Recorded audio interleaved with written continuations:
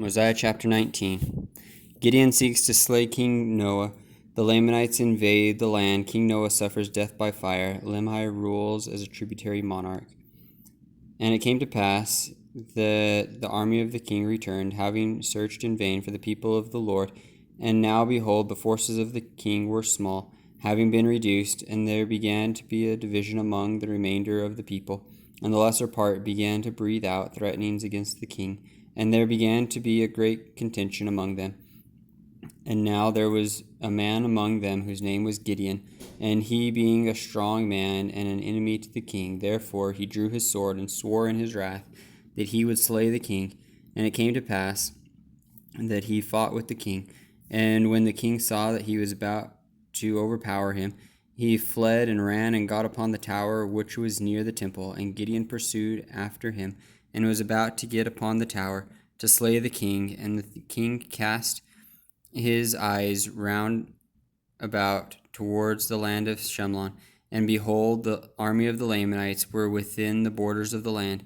And now the king cried out in the anguish of his soul, saying, Gideon, spare me, for the Lamanites are upon us, and they will destroy us. Yea, they will destroy my people. And now the king was not so much concerned about his people as he was about his own life. Nevertheless, Gideon did spare his life. And the king commanded the people that they should flee before the Lamanites, and he himself did go before them. And they did flee into the wilderness with their women and their children. And it came to pass that the Lamanites did pursue them, and did overtake them, and began to slay them.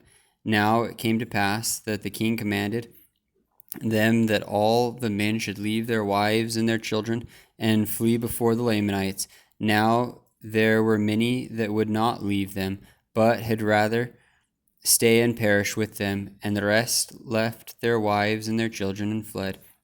And it came to pass that those who tarried with their wives and their children caused that their fair daughters should stand forth and plead with the Lamanites that they would not slay them. And it came to pass that the Lamanites had compassion on them, for they were charmed by the beauty of their women. Therefore the Lamanites did spare their lives, and took them captives, and carried them back to the land of Nephi, and granted unto them that they might possess the land, under the conditions that they would deliver up the King Noah into the hands of the Lamanites, and deliver up their property, even one half of all they possessed, one half of their gold and their silver, and all their precious things, and thus they should pay tribute to the king of the Lamanites from year to year.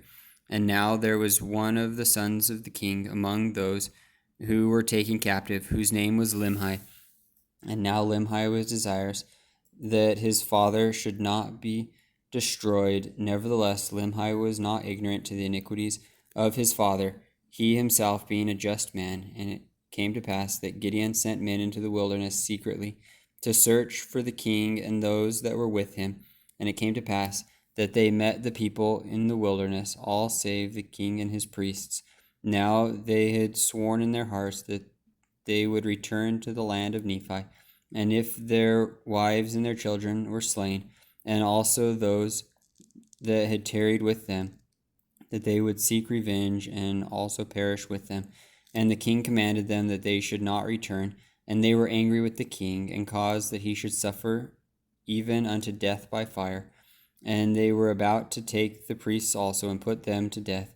And they fled before them. And it came to pass that they were about to return to the land of Nephi, and they met the men of Gideon. And the men of Gideon told them all that had happened to their wives and their children, and that the Lamanites had granted unto them that they might possess the land by paying tribute to the Lamanites of one half of all they possessed. And the people told the men of Gideon that they had slain the king, and his priests had fled from them farther into the wilderness. And it came to pass that after they had ended the ceremony, that they returned to the land of Nephi, rejoicing because their wives and their children were not slain.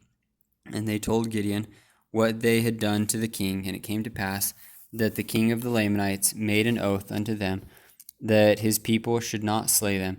And also Limhi, being the son of the king, having the kingdom conferred upon him by the people, made oath unto the king of the Lamanites that his people should pay tribute unto him, even one half of all they possessed. And it came to pass that Limhi began to establish the kingdom and to establish peace among his people. And the king of the Lamanites set guards round about the land, that he might keep the people of Limhi in the land, that they might not depart into the wilderness. And he did support his guards out of the tribute which he did receive from the Nephites. And now King Limhi did have continual peace in his kingdom for the space of 2 years. The Lamanites did not molest them, nor seek to destroy them.